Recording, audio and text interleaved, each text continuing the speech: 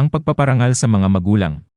Mga minamahal kong kapatid sa Panginoong Hesus, ngayon ay ating bibigyang pugay ang isa sa mga pinakamahalagang tungkulin sa ating buhay bilang mga anak, ang pagpaparangal sa ating mga magulang.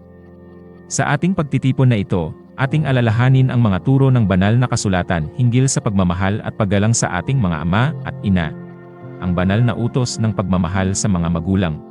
Alalahanin natin ang katuruan ng Panginoong Diyos sa Eksodo, Kabanata 20 talata 12, parangalan mo ang iyong ama at ina, upang ikaw ay mabuhay ng matagal sa lupaing ibinigay sa iyo ng Panginoon mong Diyos.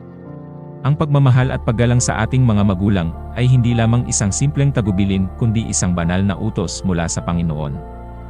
Ito ay isang pagpapakita ng ating pagiging mabuting anak at pagiging tapat sa ating pagmamahal sa Diyos. Mga kapatid, bilang mga alagad ni Jesus, tayo ay tinatawag na maging salamin ng kanyang pagmamahal sa ating mga magulang.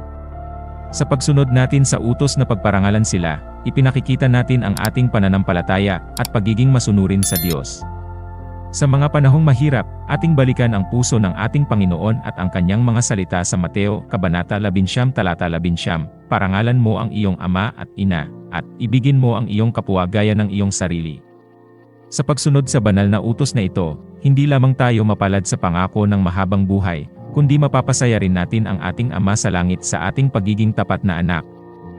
Pag-aalaga at pasasalamat sa mga magulang. Sa Efeso Kabanata 6 talata 2-3, muling ipinapaalaala sa atin ang kahalagahan ng pag-aalaga at pasasalamat sa ating mga magulang. Parangalan mo ang iyong ama at ina, na ito ay ang unang utos na may pangako, upang ikaw ay maging mabuti at matagal ang buhay sa lupa. Sa pagpapakita ng pag-aalaga at pasasalamat sa ating mga magulang, ipinakikita rin natin ang ating pagpapahalaga sa mga sakripisyo at pagmamahal na kanilang ibinuhos sa atin. Isang mabisang paraan rin ito upang ipakita natin ang ating pagiging matatag at masigasig sa pagharap sa hamon ng buhay. Kapatid, ang pag-aalaga, pasasalamat sa ating mga magulang ay hindi lamang nararapat gawin sa mga panahong tayo'y nangangailangan.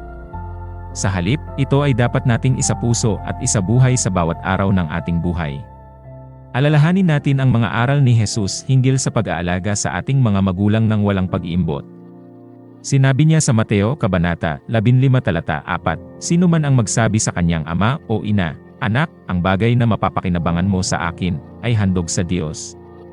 Sa pag-aalay natin ng pag-aalaga, ating iginigiit na ito ay isang banal na gawain na nagdadala ng kaluguran sa Panginoong Diyos, pag-unawa, at pagpapatawad sa mga magulang. Bilang mga anak, hindi maiiwasan na sa ilang pagkakataon ay magkaroon ng mga hindi pagkakaintindihan at pagkukulang ang ating mga magulang. Subalit sa Kawikaan, Kabanata 20 talata 20, sinasabi sa atin, ang sinumang nagagalit sa kanyang ama o sa kanyang ina ay mamamatayang walang anak. Bilang mga Kristiyano, ito ay pagpapaalala sa atin na mahalagang maunawaan at mapatawad natin ang ating mga magulang sa kanilang mga kamalian. Ang pagpapatawad ay nagpapalaya sa atin mula sa pagkakulong ng galit at hinahayaan tayong magpatuloy sa pagmamahal, pagpaparangal sa kanila. Mga kapatid, hindi natin maiiwasan na ang ilan sa ating mga magulang ay nagkaroon ng mga pagkukulang sa ating paglaki at pagmamalasakit. Subalit sa ating pagiging mga alagad ni Jesus, tayo ay tinuturuan na maging mapagpasensya at mapagpatawad. Alalahanin natin ang pagpapakumbaba ni Jesus sa harap ng mga nagsaligsa sa Kanya. Sa Lucas Kabanata 23 talata 34, habang siya ay nakapako sa krus, sinabi niya, Ama, patawarin mo sila sapagkat hindi nila alam ang kanilang ginagawa.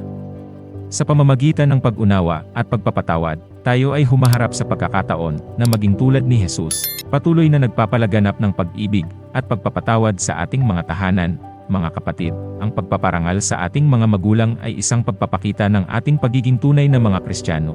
Sa pamamagitan ng pagmamahal, pag-aalaga, pag-unawa, at pagpapatawad, ating napagtatagumpayan ang banal na layuning ito. Sa ating paglilingkod sa ating mga magulang, tayo rin ay nagpapakita ng ating paglilingkod sa Panginoon. Hayaan nating maging halimbawa tayo ng masaganang pagmamahal at pagpaparangal sa ating mga pamilya. At sa ganitong paraan, masisilayan natin ang pagpapala at biyaya ng Diyos sa ating mga buhay. Ang lahat ng papuri at pagsamba ay alang lamang sa ating Panginoong Hesus. Mag-subscribe for more videos like this.